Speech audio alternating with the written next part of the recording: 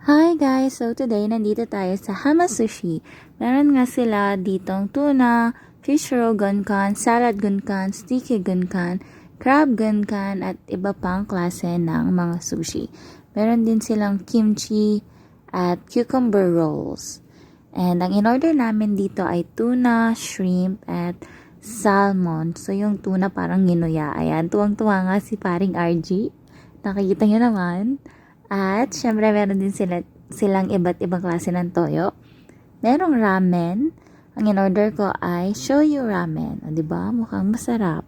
At, nag-order din ako ng medyo luto na salmon, at hindi luto na salmon. Ayun, yun din. Meron ding tuna at yung tuna ng hinuya. Ito, parang sea urchin. Tapos, crab na may mayo. Tapos, yung tuna ng hinuya. Tapos, meron din silang fish roe. Ayan, tingnan natin ang reaksyon ni paring RG.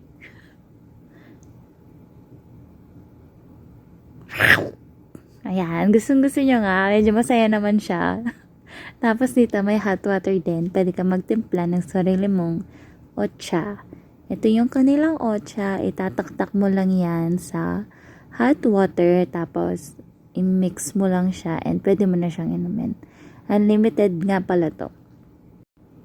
Of course, meron din silang mga desserts, may fruit din, like yung pineapple, tapos may ice cream, may soda, meron mga Coke float, melon, orange juice, at meron din silang kids menu. So, if you're craving, you can go to Hama Sushi.